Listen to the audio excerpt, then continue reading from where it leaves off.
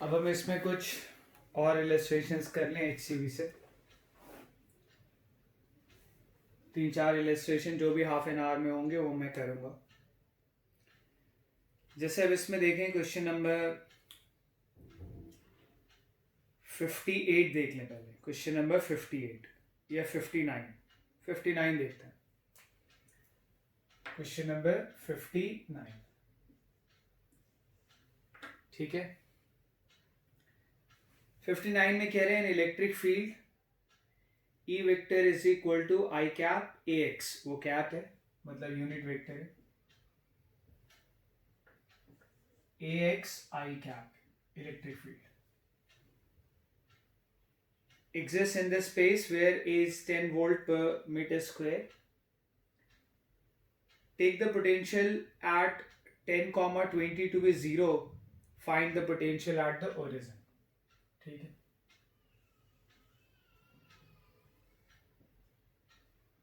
Potential at 10, 20 to be 0. 10, 20 ये point आ गया। Point P इसका पोटेंशियल वो 0 लेने कह रहे हैं और ओरिजिन का पोटेंशियल निकालने कह रहे हैं, ठीक है। और इलेक्ट्रिक फील्ड जो है वो एक्स एक्सिस के अलोंग है। तो इलेक्ट्रिक फील्ड से पोटेंशियल डिफरेंस निकाला जा सकता है। उसके लिए हमें डिस्प्लेसमेंट देखना होगा। Electric field AX I cap है जो कि वेरिएबल है, जो कि कांस्टेंट तो है नहीं। आ रही बात समझ में? dV इज इक्वल टू होता है minus E dot D R. dV is equal to होता है minus E dot D R. तो तुम्हें इस पॉइंट से इस पॉइंट तक ट्रैवल करना होगा, तुम्हें इस पॉइंट से इस पॉइंट तक ट्रैवल करना होगा या इस पॉइंट से इस पॉइंट तक ट्रैवल करना होगा, और फिर तुम्हें पोटेंशियल डिफरेंस आएगा, फिर तुम्हें O का पोटेंशियल मिल जाएगा। ये हमने ग्रेविटेशन में भी किया था। तो ट्रैवल करने के लिए कोई पाथ तो होना ही चाहिए, क्लियर है ये। अब ट्रैवल करने के लिए अगर कोई पाथ होना चाहिए तो हम कोई सा भी पाथ ले सकते हैं। जैसे पहले हम इस पॉइंट T का पोटेंशियल निकालें।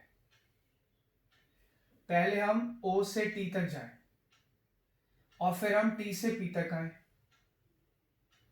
क्योंकि पोटेंशियल डिफरेंस पाथ से इंडिपेंडेंट होगा। तो पहले हम O से T जाएं, फिर हम T से P आ जाएं और देखें क्या होता है, ठीक है। तो अगर हम O से T की तरफ जा रहे हैं, O से T की तरफ जा रहे हैं, तो इस पाथ का जो स्मॉल डिस्प्लेसमेंट होगा उसको हम लोग dx आई कैप बोलेंगे। और जब हम T से P की तरफ जाएंगे तो इस पाथ का जो स्मॉल डिस्प्लेसमेंट होगा उसको हम dy j कैप बोल सकते हैं।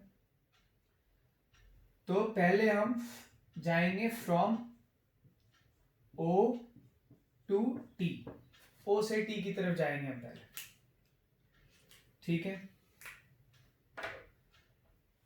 तो इंटीग्रेट करें दोनों side, minus E dot D are, differential relation है, इंटीग्रेट करेंगे।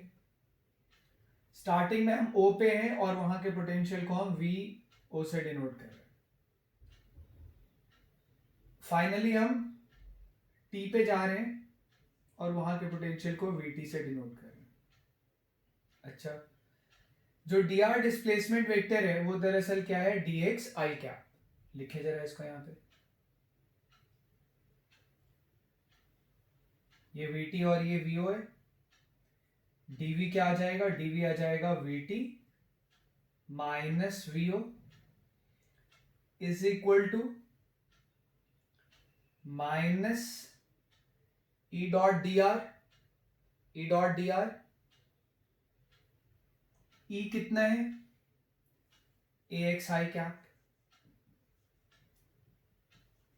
Dot D R, D R क्या है, DX आई कैप। तो अंत में ये इंटीग्रेशन x के रिस्पेक्ट में हो रहा है।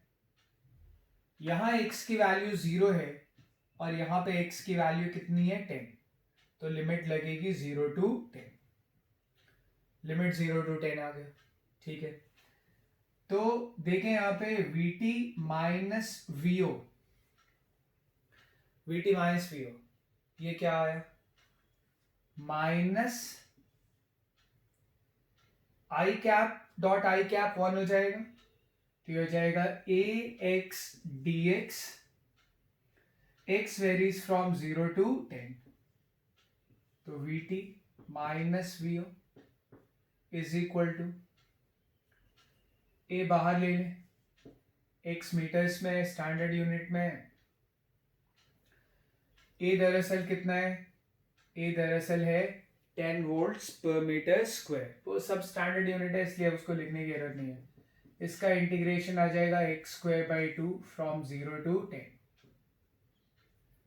ये आ गया। तो Vt minus VO is equal to minus 10 metres में है यहाँ पे, ए कितना है 10 वोल्ट्स पर मीटर स्क्वायर, अपर लिमिट रखेंगे तो 10 स्क्वायर मीटर स्क्वायर अपॉन 2, ठीक है। तो क्लियरली मीटर स्क्वायर से मीटर स्क्वायर कैंसिल हो जाएगा, Vt माइनस वीओ क्या आया, 10 square into 10, 1000 divided by 2, minus 500 volts, या ठीक है। तो ये एक रिलेशन मिला हमें, ना तो टी पता है ना वो पता है। अब हम जाएंगे from T to P, from T to P, from T to P. अच्छा, टी टू पी जा रहे हैं तो जो हमारा डिस्प्लेसमेंट की जो डायरेक्शन है वो इलेक्ट्रिक फील्ड के डायरेक्शन के परपेंडिकुलर है। अगर डिस्प्लेसमेंट की डायरेक्शन इलेक्ट्रिक फील्ड के डायरेक्शन के परपेंडिकुलर है तो कोई पोटेंशियल चेंज नहीं आएगा, पढ़ा है हमने, ई डॉट डी आर जीरो हो जाएगा, और ई डॉट डी आर अगर जीरो हो जाएगा पोटेंशियल में चेंज नहीं आएगा, तो पी पे वही पोटेंशियल होगा जो कि टी पे, VP is equal to VT. आ रही बात समझ में?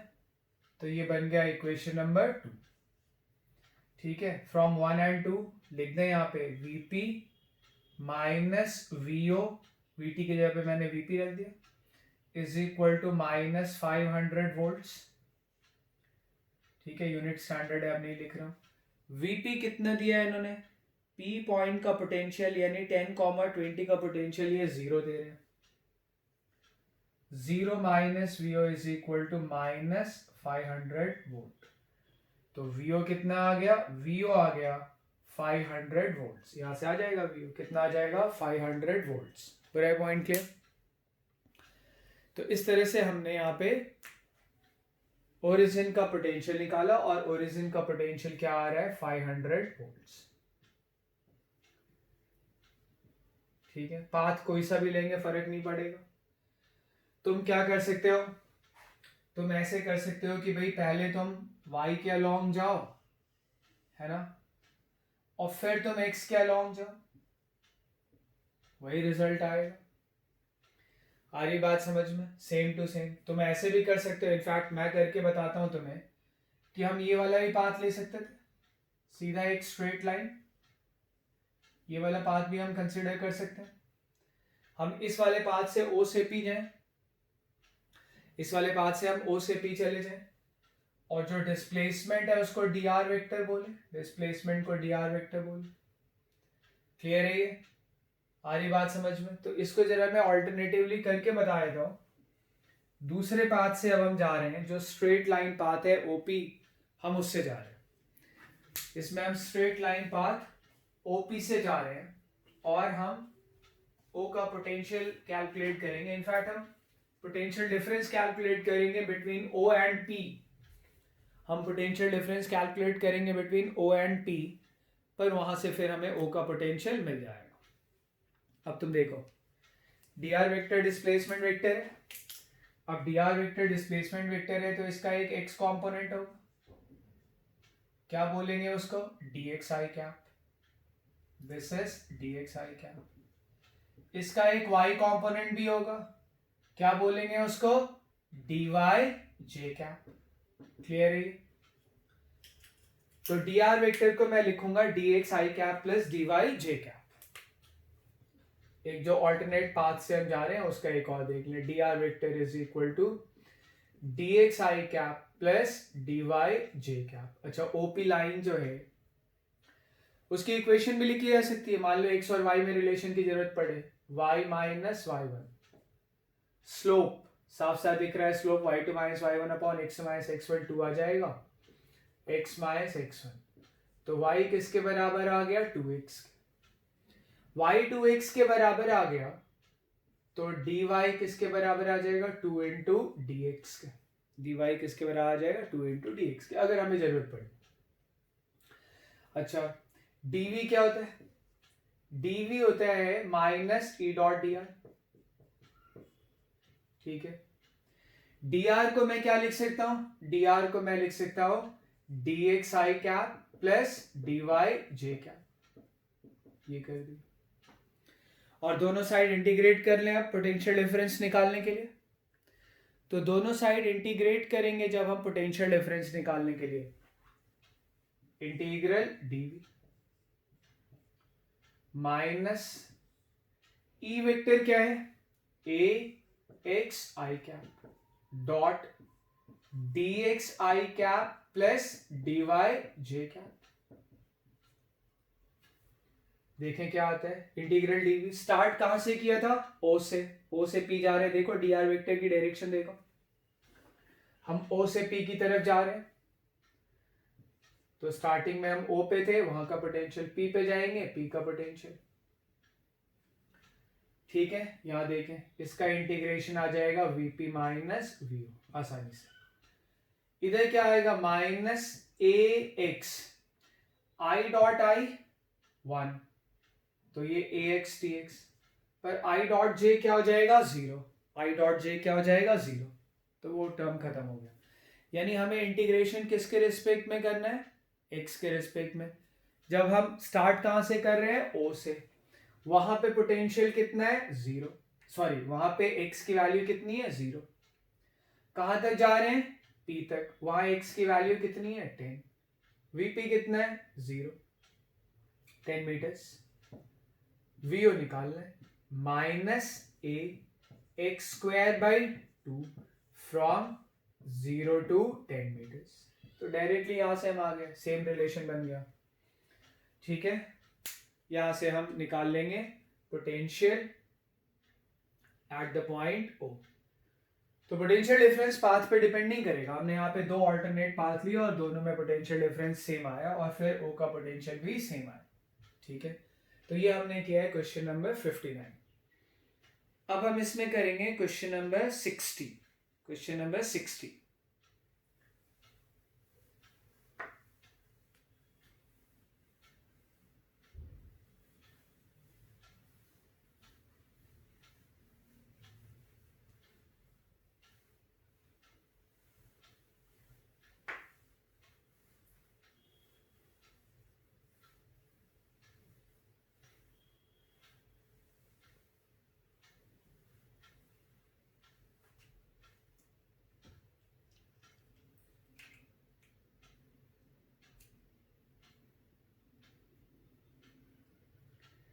क्वेश्चन नंबर 60 देखें। The electric potential existing in space v, जो कि एक्स वाई और z का फंक्शन है, वो उन्होंने दिया है a x Y plus Y Z plus Z X. Right the dimensional formula of A. अच्छा, अब कोई मुझसे डायमेंशनल फॉर्मूला ये क्वेश्चन नहीं पूछेगा, आप पढ़े उसको, चाहे मैंने पढ़ाया हो चाहे नहीं पढ़ाया, और उसको खुद से करें। वोल्ट के डायमेंशन आप निकालें, वोल्ट की यूनिट आपको पता है, एचसीवी पढ़े 5-10 मिनट। तो पहले तो उन्होंने कहा है कि find the dimensional formula for a, जो भी आता है अब तुम निकालो। Find the expression for the electric field if A is 10 in SI units, find the magnitude of electric field at 1 meter, 1 meter, 1 meter. X y z जो है वो मीटर्स में। ठीक है, तो V इज इक्वल टू, उन्होंने दिया है a x Y plus Y Z plus Z x. और हमसे इलेक्ट्रिक फील्ड पूछ रहे हैं, इलेक्ट्रिक फील्ड वेक्टर। तो हमने relation between electric field and potential में पढ़ा है कि भाई अगर मुझे इलेक्ट्रिक फील्ड का एक्स कंपोनेंट निकालना है तो मैं v को डिफरेंशिएट करूंगा with respect to x, keeping y and z constant. तो ex बराबर क्या है, माइनस a तो कांस्टेंट है, ठीक है। x y को डिफरेंशिएट करो, कीपिंग y कांस्टेंट, तो y कांस्टेंट और x का डिफरेंशियल क्या आएगा 1, तो ये y होगा। प्लस वाई जेड को डिफरेंशिएट करो, keeping y and z constant, तो वाई और जेड कांस्टेंट है तो उसका डिफरेंशियल 0 हो जाए। Plus Z x, z constant है और एक्स का एक्स के रिस्पेक्ट में डिफरेंशियल 1 आ जाएगा, तो ये आ गया। तो ये मैंने ई एक्स निकाल लिया। सिमिलरली तुम ई वाई भी निकाल सकते हो। ई वाई के लिए फॉर्मूला क्या लगाओगे, minus del V upon del y, ठीक है। और अब तुम कॉपी पेन पे खुद से निकालो, ये आ जाएगा माइनस ए, आ रही बात समझ में, z प्लस एक्स, सिमेट्री से मैंने लिख दिया। और वैसे ही ई जेड के लिए फॉर्मूला होगा minus del V over del z, और वो आ जाएगा minus a x plus y. Clear है ये? तो इलेक्ट्रिक फील्ड वेक्टर क्या आ जाएगा, इलेक्ट्रिक फील्ड वेक्टर होता है ई एक्स आई कैप प्लस ई वाई जे कैप प्लस EZ के कैप। आई बात समझ में? तो ये हमारे पास इलेक्ट्रिक फील्ड आ गया, ठीक है। E vector is equal to minus A, तो सब में ही कॉमन है, तो ये आ रहा है एक y plus z i cap plus z plus x j cap plus x plus y k cap, ये आ रहा है। अब उन्होंने जिस पॉइंट पे कहा है निकालने, x और y की वैल्यू पूछ के मैग्नीट्यूड निकालना, तो मैं वेक्टर का मैग्नीट्यूड निकालना आता होगा। तो ये था question number 60। This is question number 60। आ रही बात समझ में? 62 एक अच्छा क्वेश्चन है, ठीक है, इसको ध्यान से देखो। अब मैं 62 बताऊंगा, ठीक। क्वेश्चन नंबर 62,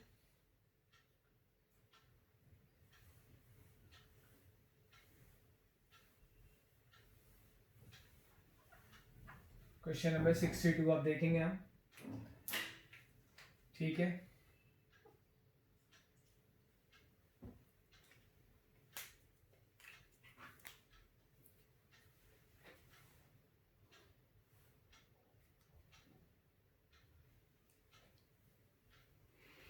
तो 62 क्वेश्चन में क्या कह रहे हैं,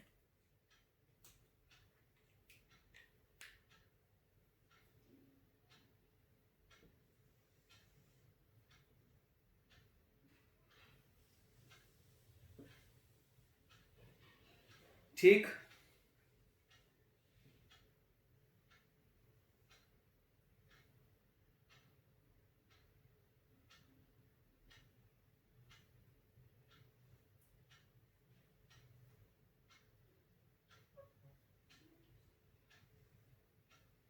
इस तरह से उन्होंने फर्स्ट पार्ट में जो है इक्विपोटेंशियल सरफेस दिए हैं। फर्स्ट पार्ट में उन्होंने इक्विपोटेंशियल सरफेस दिए हैं।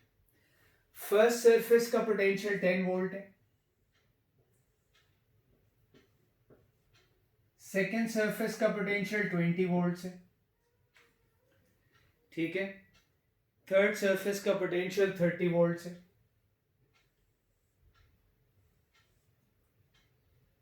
इस तरह से।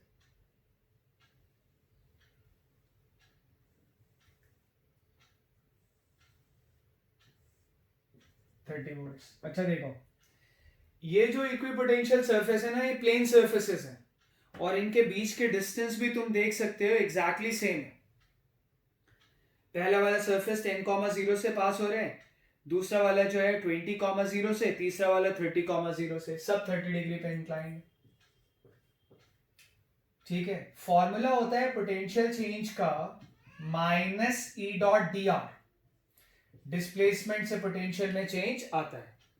तो पोटेंशियल चेंज का फॉर्मूला है minus E dot D are. लेकिन तुम यहां पे अगर तुम ध्यान से देखो तो इक्वल डिस्प्लेसमेंट से पोटेंशियल में इक्वल चेंज आ रहा है।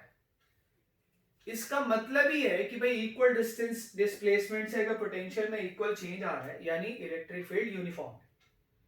आई बात समझ में? हर जगह ई की वैल्यू सेम है, इसलिए कहीं पे भी तुम डिस्प्लेसमेंट इक्वल ले लो तो पोटेंशियल में चेंज क्या आ रहा है? सेम आ रहा है। तो ये मेरे पास, ठीक है, ये मेरे पास लॉजिक है जिससे मैं ये अज्यूम कर सकता हूं कि पोटेंशियल जो है क्योंकि इक्वल डिस्टेंस पे इक्वल डिस्प्लेसमेंट पे इक्वल चेंज हो रहा है, इसलिए पोटेंशियल जो है वो कांस्टेंट है। क्लियर है? अच्छा, अब एक चीज और देखें। हमें पता है कि इलेक्ट्रिक फील्ड जो होता है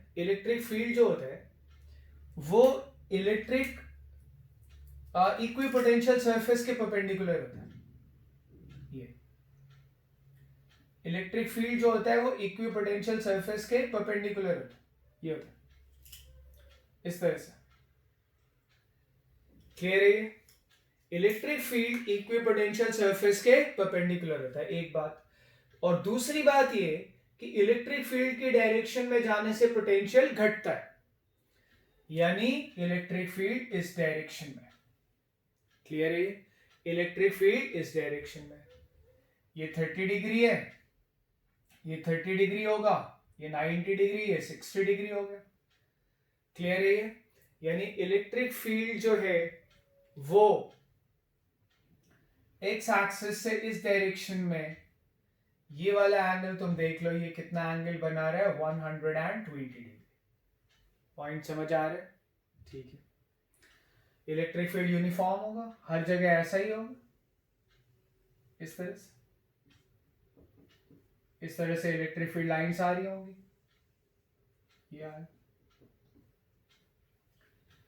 ठीक है, और अब देख लें भाई इस पॉइंट के कोऑर्डिनेट्स क्या हैं?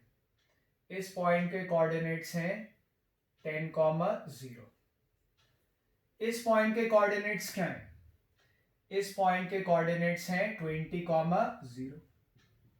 ठीक है, और ये 3 इक्विपोटेंशियल सरफेस है और ये इलेक्ट्रिक फील्ड लाइन है, यूनिफॉर्म है। तो हमें बताइए कि अगर इलेक्ट्रिक फील्ड यूनिफॉर्म है तो मैं सीधे सीधे लिख सकता हूं delta V is equal to minus E dot d. Direction तो हम इलेक्ट्रिक फील्ड की पहले ही लिख चुके, तो डेल्टा V बराबर माइनस ई डॉट डी लिख सकता हूं। ठीक है, अब मैं यहां से यहां आता हूं, 20,0 से 10,0, ये डिस्प्लेसमेंट है। 20,0 से मैं 10,0 की तरफ आता हूं। आ रही बात समझ में? ये हमारे डिस्प्लेसमेंट की डायरेक्शन है। हो रहा है क्लियर? 20,0 से हम 10,0 की तरफ आ रहे हैं। क्लियर है? ये इलेक्ट्रिक फील्ड, ये इलेक्ट्रिक फील्ड, ये एंगल 120 है, ये वाला भी एंगल क्या होगा? 120। क्लियर है? ये एंगल कितना हो जाएगा? 60। ये एंगल 60 हो जाएगा। अगर ये एंगल 120 है तो ऑब्वियसली एंगल कितना हो जाएगा? 60। ठीक है, हम इस पॉइंट से, पॉइंट ए से पॉइंट बी की तरफ आ रहे हैं, ए से बी की तरफ आ रहे हैं, तो ए पे पोटेंशियल कितना है? 20। इस पूरे सरफेस पे पोटेंशियल कितना है? 20। बी के हर पॉइंट पे पोटेंशियल कितना है? मतलब इस सरफेस के हर पॉइंट पे पोटेंशियल कितना है? 10। तो यहां से यहां आएंगे तो पोटेंशियल घट रहा है, यानी change in potential -10 is equal to E dot d. Electric field और डिस्प्लेसमेंट के बीच में कितना एंगल है? 60 डिग्री। तो ई डॉट डी क्या आ जाएगा? E into D cos 60 degree. आ रही बात समझ में? ये वोल्ट्स में, -10 वोल्ट्स। ई डिस्प्लेसमेंट यहां से यहां तक आए तो ये शायद मीटर्स में दिया होगा, यहां से यहां तक डिस्प्लेसमेंट कितना है?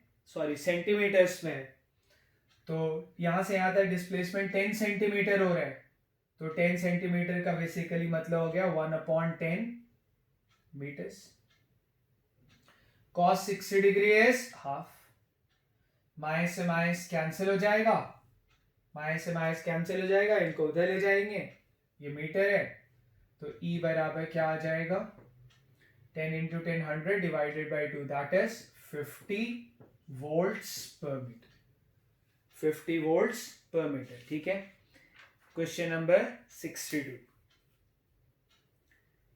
कहीं कोई सॉरी 2 ऊपर जाएगा तो 10 इंटू 10 100 और 2 मल्टीप्लाई होगा तो ये क्या हो जाएगा 200 वोल्ट्स पर मीटर, और इलेक्ट्रिक फील्ड की डायरेक्शन ये हमें दिख रही है।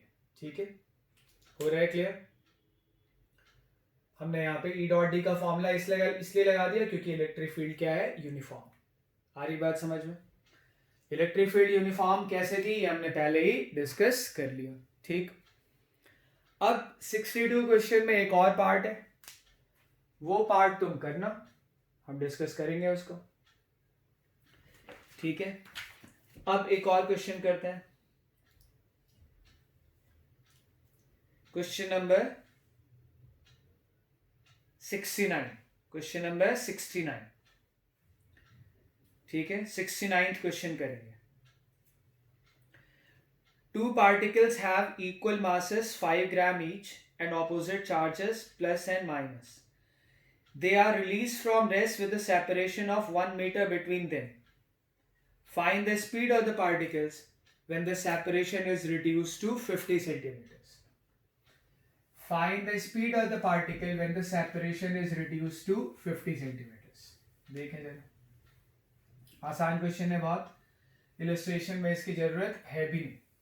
ठीक है, आ रही बात समझ में? तो देख लो,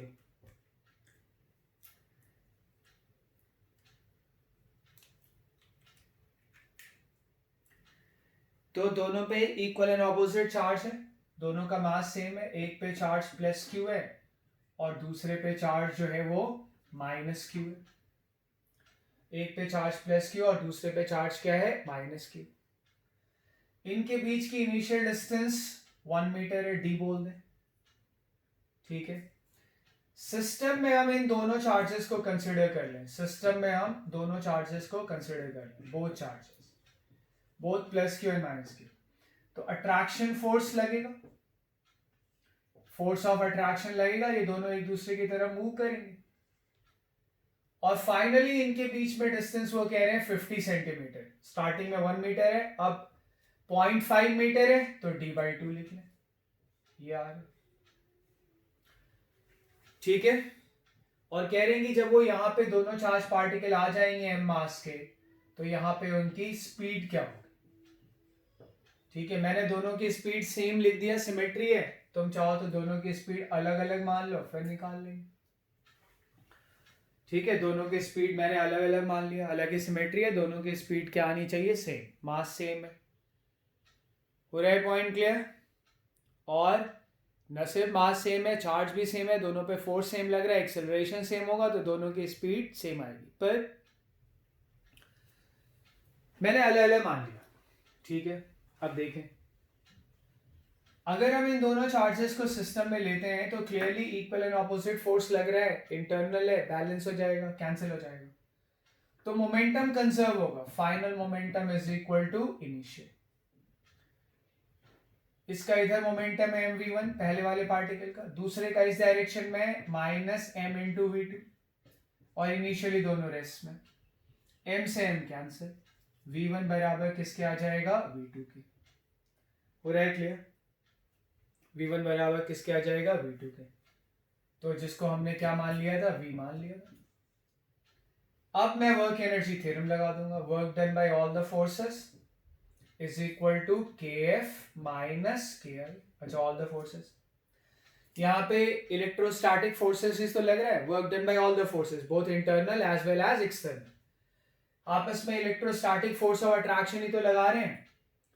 तो कंजर्वेटिव फोर्स होता है इलेक्ट्रोस्टैटिक फोर्स या इलेक्ट्रिक फोर्स ui, यानी initial potential energy minus final. Electric force का work done ui minus uf, initial potential energy minus final is equal to final kinetic energy, half m into v1 square, v1 v है, half m into v2 square, v2 भी v है, यह आ जाएगा, और initial kinetic energy 0 है।